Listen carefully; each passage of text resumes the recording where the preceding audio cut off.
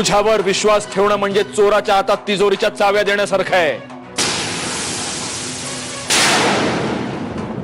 तो मूर्खपणा मी केला आणि त्याची फळं भोगतोय मी आता। बस सत्यजित, बस। यापुढे मी तुमचं काही एक ऐकून घेणार नाही।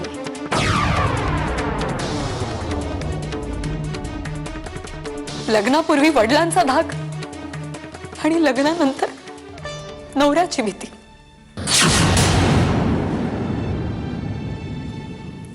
पुरुष कितीही वेळ घराबाहेर राहू शकतो, त्याला मर्यादा नाहीयेत, पण पत्नीने मुलीने वेळेत घरी यायला हवं।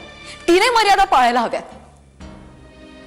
तिने जर मर्यादा पाळल्या नाहीत तर तुम्ही तिच्या चारित्र्यावर संशय घेणार आणि तुम्ही संशय नाही घेतला तर जग तुम्हाला घ्यायला भाग पाडणार। मुलगी कुठे जाते, कोणाला भेटते, काय करते, पुरुष फक्त आणि फक्त प्रश्न विचारणार आणि स्त्री तिने फक्त आरोपीच्या पिंजऱ्यात उभं राहून उत्तर देत राहायचं।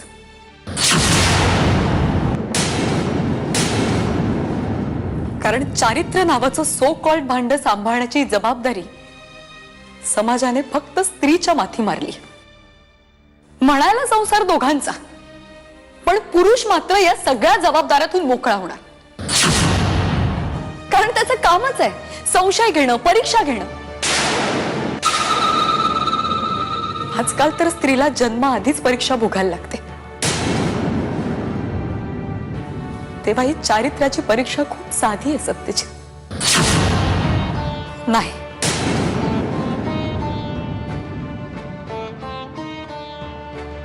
मी खरी होते,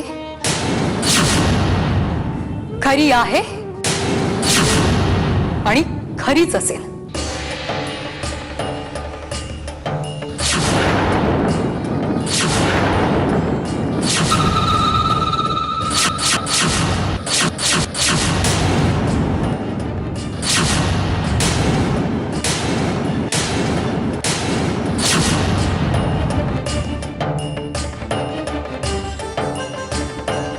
परीक्षा तुमची आहे। बरोबर आहे।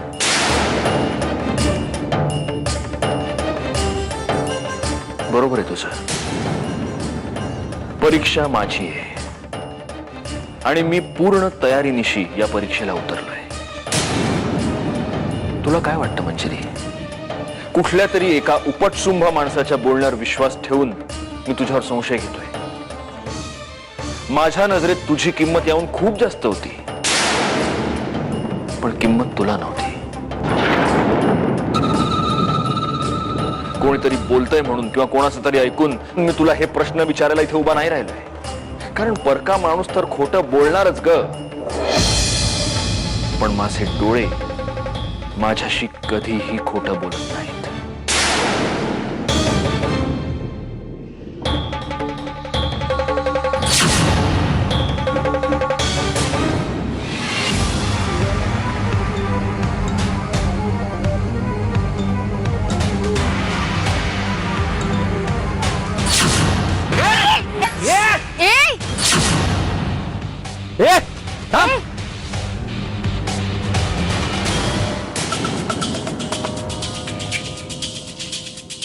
अरे दिसत नाही का तुला?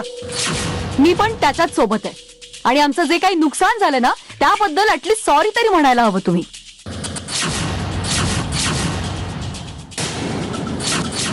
नुकसान भरपाई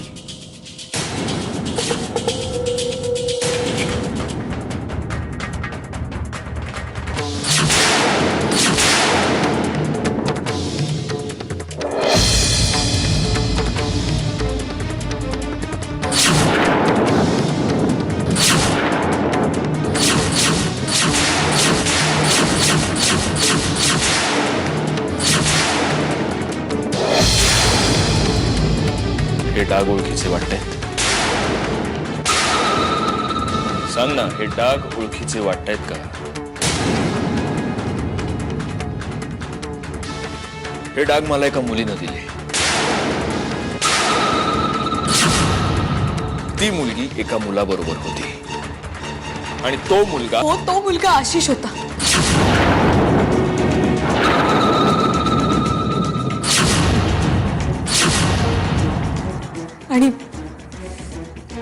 ती मुलगी मीच होते.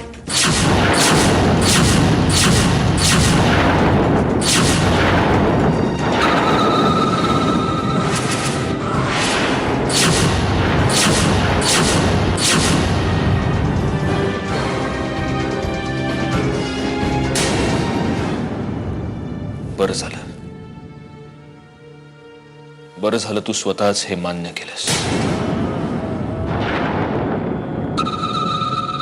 आता तू हेही मान्य करशील मंजिरी की तुझ्यात आणि त्या मुलामध्ये. आमच्यात तसं काहीच नव्हतं कधीच. हो, तू त्या मुलाला घट्ट बिलगून त्याच्या बाईकवर बसली होतीस. तू त्या मुलाची बाजू घेऊन माझ्याशी भांडलीस. जेव्हा मी त्या मुलाच्या हातावर पैसे ठेवले तेव्हा तू तुझ्या हातांनी हे डाग माझ्या कोटवर लावलेस.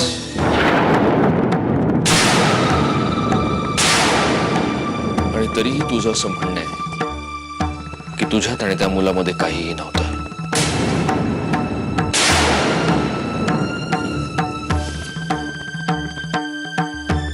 मी तुला गेले काही महिने ओळखतो मंजिरी. म्हणजे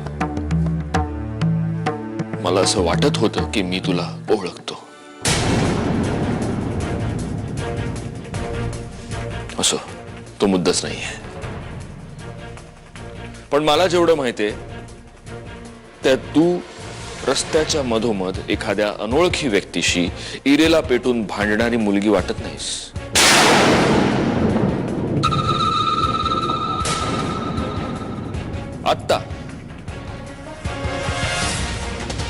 आत्ता काही दिवसांपूर्वी अशाच एका गाडीनं आपल्या अंगावर चिखल उडवला होता. तेव्हा तू नव्हती भांडायला गेलीस त्या बाईशी, तुझ्या नवऱ्यासाठी.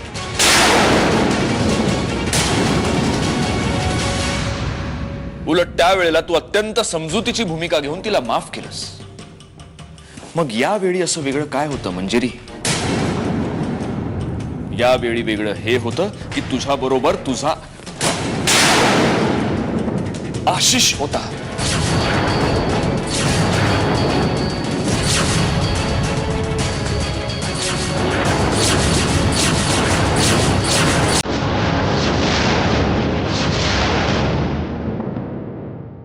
त्या आशिषला काहीही बोललेलं तुला सहन झालं नाही. आणि तरीही तुझं असं म्हणणं आहे की तुझ्यात आणि त्याच्यात असं काहीच नाही. हे बघा, तुम्ही जे बोलता ते नाकारत नाहीये मी, पण त्यातून जो अर्थ तुम्ही काढताय ना तो चुकीचा आहे.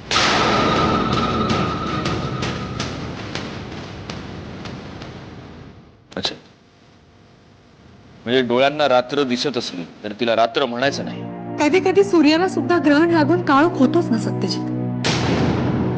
ती रात्र नसते, ते झाकोळ असतं.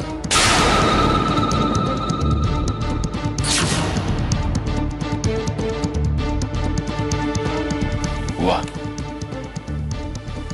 वा, शब्दांचे खेळ करण्यात तुझा हात कोणीच धरू शकत नाही मंजिरी. ग्रेट. मग आता तुझं हे सगळं शब्द भांडार वापरून माझ्या फक्त एका प्रश्नाचं उत्तर दे. जर तुझ्यात आणि त्या मुलामध्ये तसं काहीही नव्हतं, जर तुझ्या मनात कुठलंच गिल्ट नव्हतं, तर मग आजपर्यंत तू ही गोष्ट माझ्यापासून का लपवून ठेवलीस?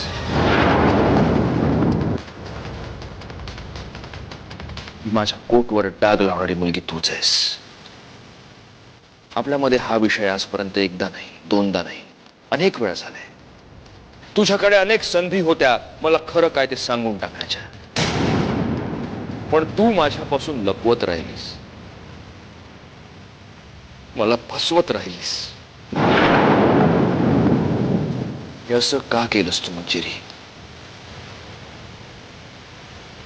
कारण मी माझ्या आईला वचन दिलं होतं की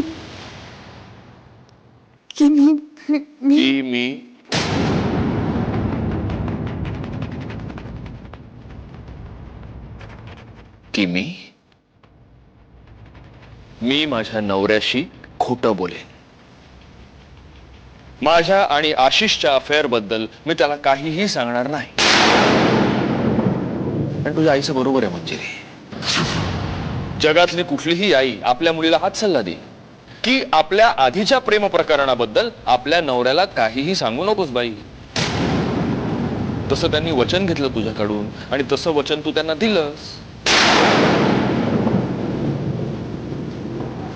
पण मग मंजिरी, माझा हात धरून माझ्या बरोबर 7 पावलं चालताना मला जे वचन दिलंस त्या वचनाचं काय?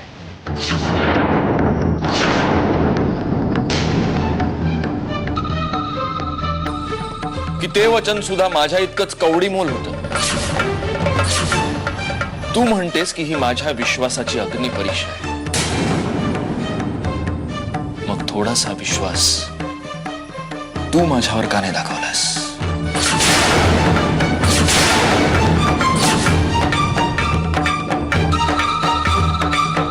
का एकदा तू मला विश्वासात घेऊन हे सगळं सांगितलं नाहीस? मी तुझ्यावर इतकं प्रेम करतो ना मंजिरी की तू माझा जीव मागितलास तर क्षणाचाही विचार न करता तो तुझ्या पायाशी ठेवून देत नाही.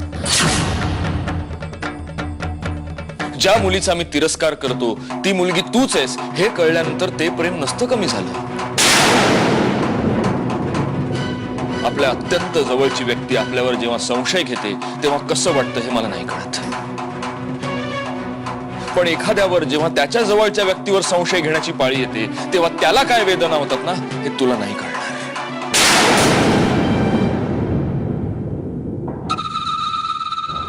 हो, नात्यामध्ये सगळ्यात मोठा विश्वास असतो पण तो असा मागून मिळत नाही, तो मिळवावा लागतो.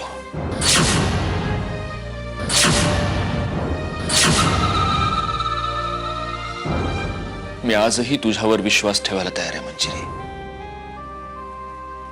माझ्या डोळ्यांनी मी जे पाहिलं ते खोटं होतं, ते चुकीचं होतं ही स्वतःची समजूत घालायला मी तयार आहे.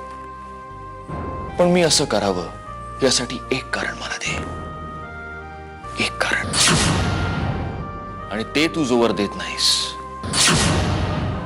तोवर या नात्यात विश्वासापेक्षा पुरावेच मोठे राहणार. कारण इथे पुरावाही मी आहे आणि साक्षीदारही.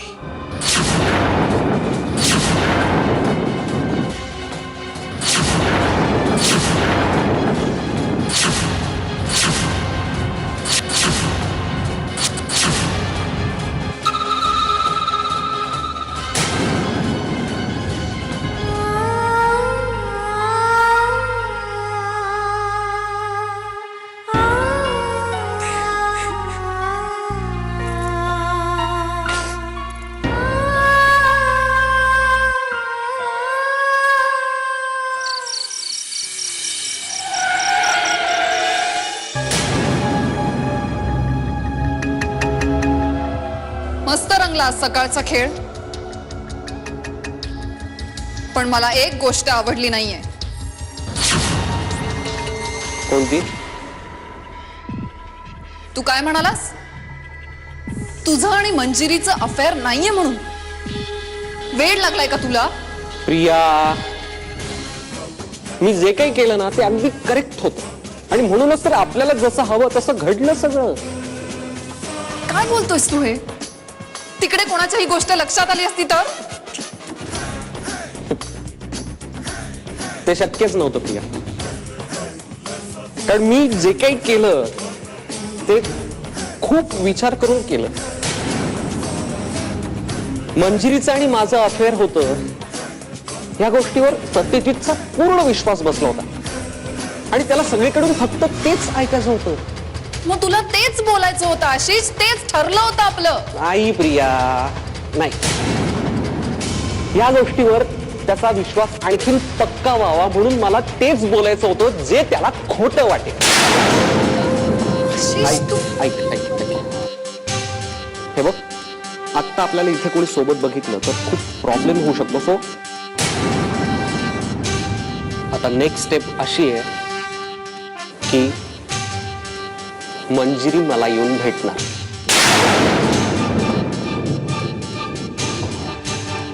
काय पर्यायच नाही ना तिच्यापुढे. आणि त्यावेळी तू सत्यजितला तिथे आणायचं.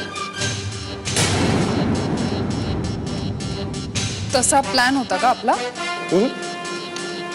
नव्हतं, मी ठरवलंय. इथे प्लॅन मी बनवतो.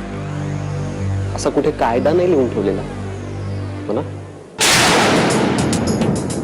जो शिकारीला आधी गन लोड करतो तो फायर करून मोकळाही होतो. आणि मला तुझ्यासाठी थांबण्यामध्ये काहीही इंटरेस्ट नाही. हे माझ्याशी असं बोलायचं नाही. का मी काय तुझ्या नावाचा गळ्यात पट्टा अडकवलाय हा? आणि तसंही मला तुझी काहीही गरज उरलेली नाही आता. चल. अजूनही सत्यजितला खरं काय ते सांगू शकते मी, कारण मला माहितीये तुझं आणि मंजिरीचं कधीही अफेअर नव्हतं. आणि हे सगळ्यात मोठं खरं आहे. ही गोष्ट जर सत्यजितला कळली तर तुझं काय होईल याचा विचार जरी तू केलास तरी तुझी वाट. आशिष,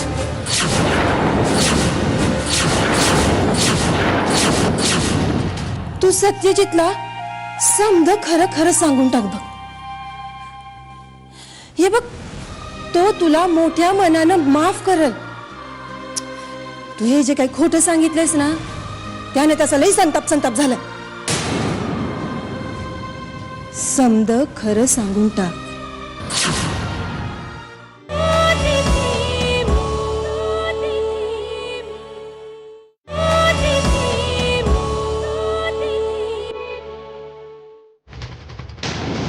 एक गोष्ट लक्षात घे, आपल्याला दोघांना मिळून काम करायचं आणि त्यातच आपल्या दोघांचं भलं आहे. So please. मग मीही तुला तेच सांगतो. मंजिरी जेव्हा मला भेटायला येईल तेव्हा काहीही करून तू सत्यजितला तिथे आणण्याचा प्रयत्न कर. फक्त तेवढी सोय कर. आणि मग त्यापुढे आपल्याला काहीही करण्याची गरज पडणार नाहीये.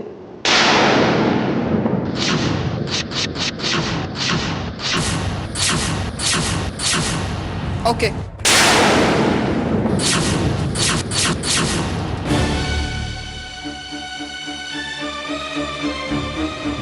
विचार तरी कुठपर्यंत करायचा? शेवटी सगळे विचार एकाच ठिकाणी येऊन थांबतात. वहिनी, आता तूच असं म्हणल्यावर आम्ही काय? यापूर्वी एकदा सत्यजितने मंजिरीवर संशय घेतला होता, पण तेव्हा मी मंजिरीच्या बाजूने उभी राहिले होते. सत्यजितला चुकीचं ठरवलं होतं. पण ह्या वेळेला आई अंबे, अगं वाटलं सुद्धा नाही की या घरात असं काही घडल म्हणून. मुधोळकरांच्या खानदानात पहिल्यांदाच असं काहीतरी घडतंय बघ. काय करावं काही सुचत नाहीये मला. म्हणजे मंजिरी खोटं बोलते याची खात्री आहे तुला? नाही नाही, मंजिरी खोटं बोलते असं मला नाही म्हणायचं, पण या वेळेला सत्यजितचं म्हणणं सुद्धा पूर्णपणे खोडून काढता येत नाहीये ना.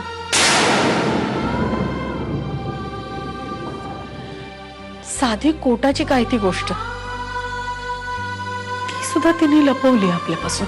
अगं लपवण्यापलीकडे असतात काही गोष्टी. आता तूच बघ ना, समजा कसं उघडकीस आलं की नाही. तुझंच आपलं चाललं होतं माझी मुलगी म्हणून.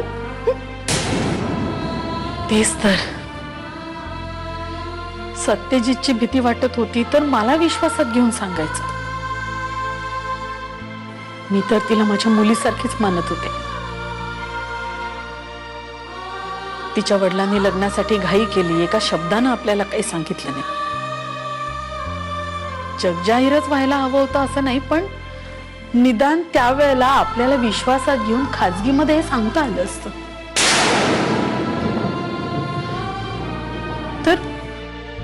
तर आता मंजिरीवर जास्त विश्वास बसला असता.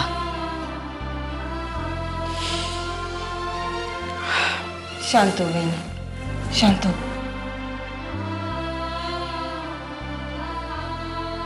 मी ना तुझ्यासाठी काहीतरी खायला घेऊन येते, हं?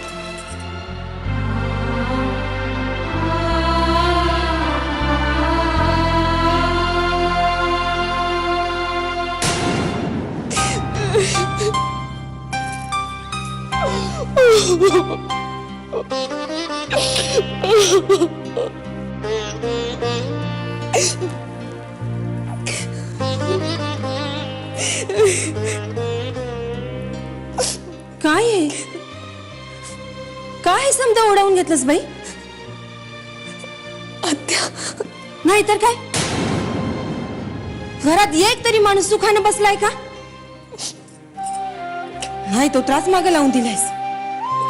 आत्या, आत्या, यात माझी काही चूक नाही हो. निदान तुम्ही तरी माझ्यावर विश्वास ठेवा प्लीज. अगं हे समजा तू आधी सांगितलं असतंस तर अशी विश्वासाची भीक मागावी लागली असती का? सांग ना. अगं सत्यजितला आणि आम्हाला बी तू पहिल्या लई आवडली होतीस बघ. आम्ही तर फायनलच केलेलं की तूच या घरची सून होणार. अगं पण तवाच तू हे समज 22 वार सांगितलं असतस तर तुला तुझ्या भूतकाळ सकट स्वीकारली असते की आम्ही. पण तू हे समज लपवलंस आणि बघितलंस ना काय खेळ होऊन बसलाय तो. आत्या, काय बोलताय तुम्ही? जी गोष्ट कधी घडलीच नाही ती मी का मान्य करायची आणि कशासाठी? तू अजूनही तुझा हे का सोडायला तयार नाहीस?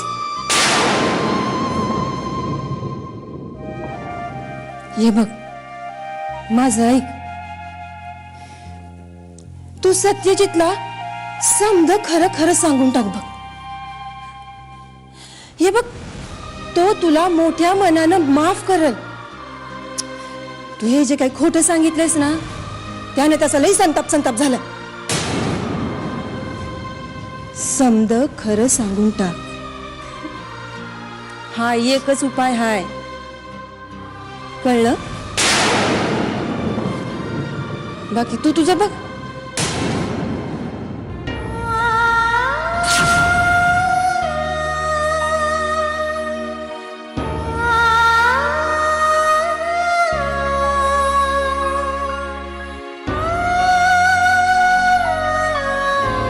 सत्यजित, अशा परिस्थितीत मी तुझी काळजी नाही घेणार तर कोण घेणार?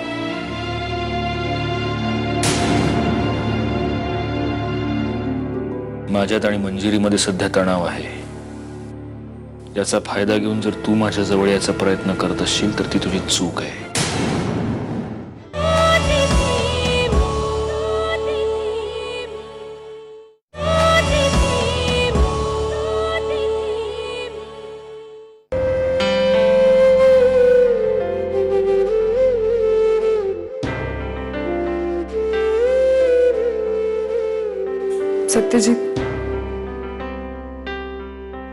सत्यजित, असा स्वतःला त्रास करून काय उपयोग आहे?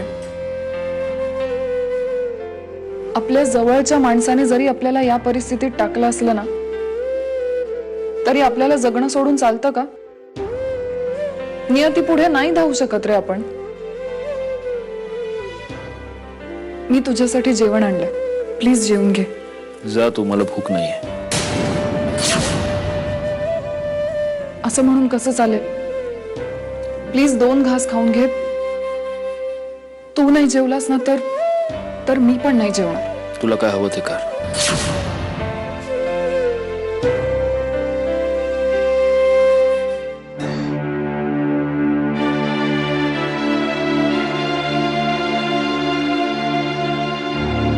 सत्यजित, अशा परिस्थितीत मी तुझी काळजी नाही घेणार तर कोण घेणार?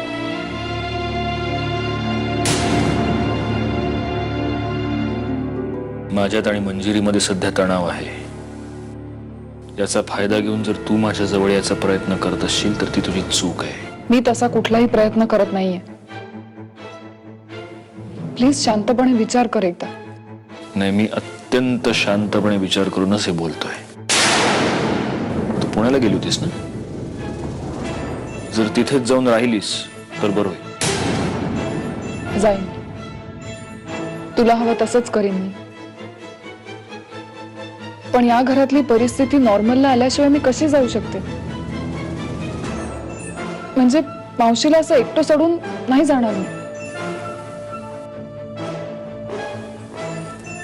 याच्याशिवाय दुसरं काहीही कारण असेल तर? माझ्या मनात काहीही नाहीये. आता मी काय करू म्हणजे तुला हे पटेल?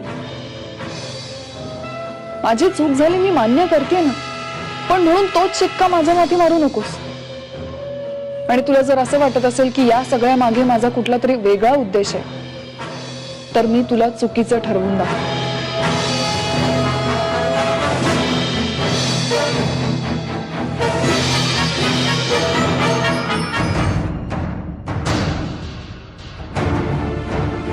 प्लीज खाऊन घे.